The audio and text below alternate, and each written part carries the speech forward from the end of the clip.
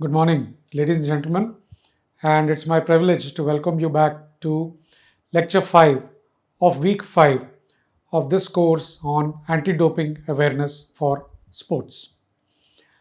We discussed TUVs in the last lecture, and I hope you had a good time during your weekly assignments. How good a time? We will know when we grade the assignments.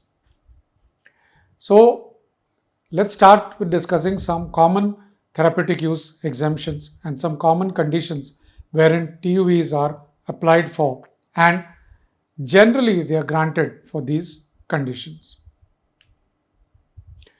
I will be covering this lecture as per the following outline.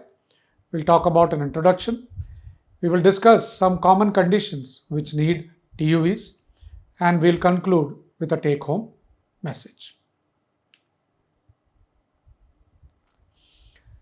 TUVs are generally granted for various medical conditions. Please note the conditions must justify the use of prohibited substances for treatment. Medical necessity must be proven. WADA reviews and monitors all these conditions carefully. That means every application for TUV and the athlete's blood samples and the biological passport are reviewed periodically and carefully. Make sure that the applications are based on global standards of medical treatment, diagnosis, and therapeutics. So let's talk about bronchial asthma.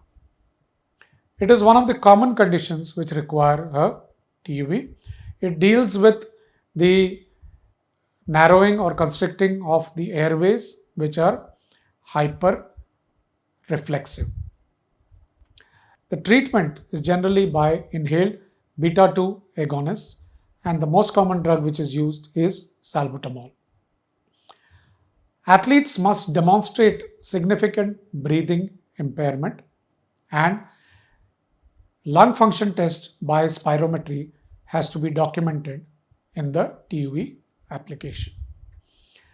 Medications can generally improve breathing but not performance, or so it is postulated in the people who have asthma. Diabetes mellitus. There is a type of diabetes mellitus called type 1 diabetes, and type 1 diabetics typically need insulin to manage blood glucose levels. Insulin use is banned without a TUV. Close monitoring of blood sugar is required during sport. Nowadays, there are CGM devices which are used by the athletes and their coaches to monitor blood sugar levels during sport. Athletes must show that the diagnosis has been reached with proper tests which are as per the WADA guidelines. TUV ensures fair competition without any health risk to the athletes. Attention Deficit Hyperactivity Disorder, or ADHD. Common condition which is seen in several athletes. Stimulants like methylphenidate and amphetamines are used, but they are on the banned list. These are commonly prescribed for ADHD management. And if you're using such medicines, a TUV is required to use them. Proper comprehensive diagnosis from a specialist is required along with all the relevant investigations to prove the diagnosis. And justification must be there to prove that the medicine is essential for this particular patient. Inflammatory bowel disease like Crohn's disease and ulcerative colitis, or any of the spectrum between them, require immunosuppressants as a common therapeutic modality. But some medications are on the prohibited list. Athletes have to submit comprehensive documentation of irritable bowel disease diagnosis, and if the physician is prescribing medications like corticosteroids or any of the drugs on the prohibited list, TUV approval is mandatory. This will allow management of the chronic inflammation without risk of doping. Severe allergies. Now we know allergies may range from simple skin rash to severe bronchospasm, right? Now, severe life-threatening allergies may require corticosteroids or epinephrine for treatment and prevention of death. Corticosteroids are banned in certain forms. Emergency use of epinephrine or EpiPen may require retroactive TUE. When you are submitting documents for a TUE, the documents and the diagnosis must clearly show anaphylaxis risk. And the TUE ensures safety without unfair advantage.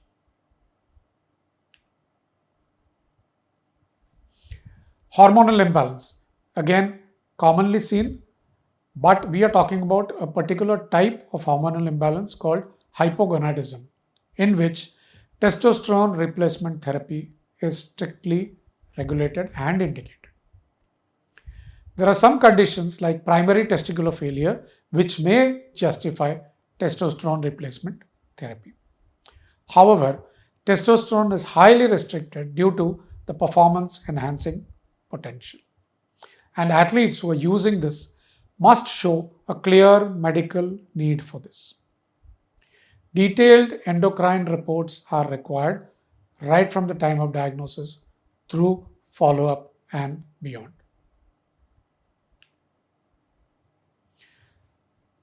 Athletes with severe pain. We know opioids are banned, but they may be sometimes required for severe pain. Conditions like post-surgery recovery may justify opioid use.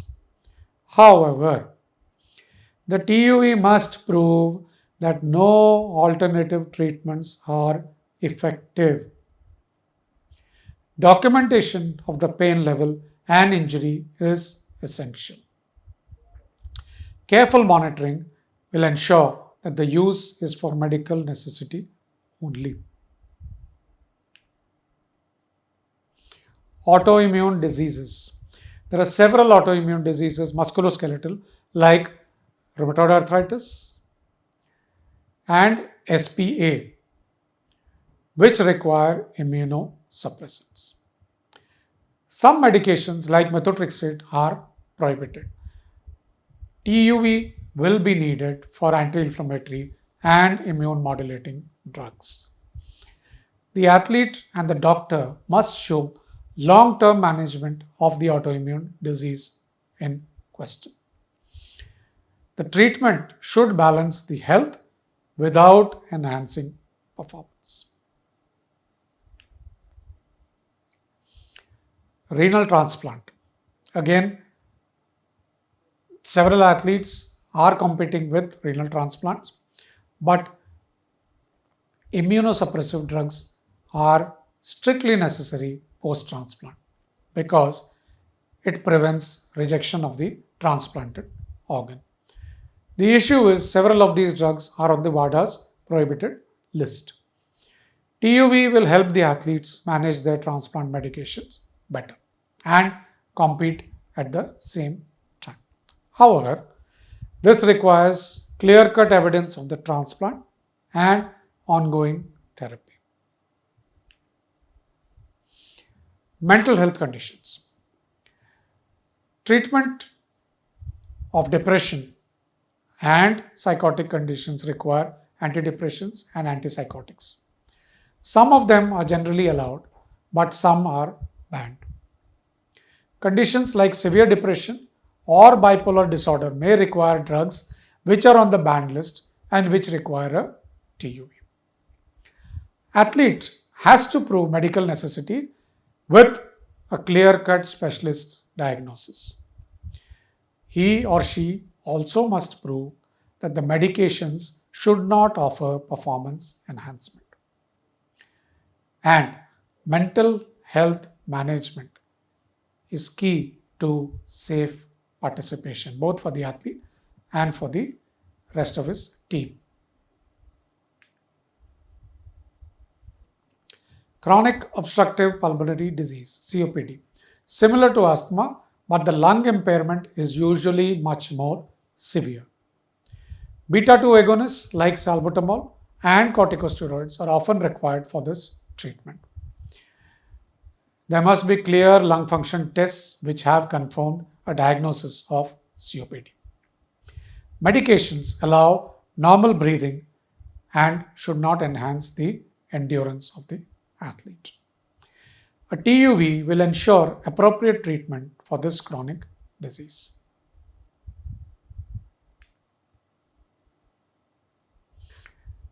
Epilepsy.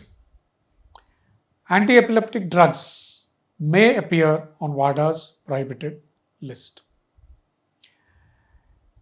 There are conditions like seizures which need long-term management. The treatment of epilepsy or seizures generally runs into years. The TUV must show that no other treatments are effective.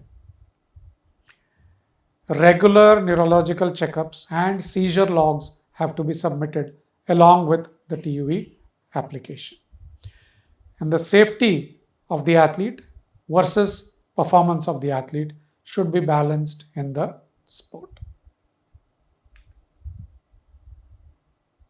Heart disease. Beta blockers are banned in some sports, but they are needed in some heart conditions. TUV may be required for cardiac arrhythmias, hypertension, and heart failure. Medical reports and diagnosis from a cardiologist is definitely needed. And the medications used must be necessary and should not enhance endurance. Careful management is required for safety during competition.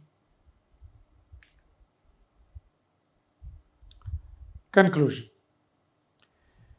TUVs ensure that athletes can manage medical conditions fairly and compete in a transparent manner without any undue advantage.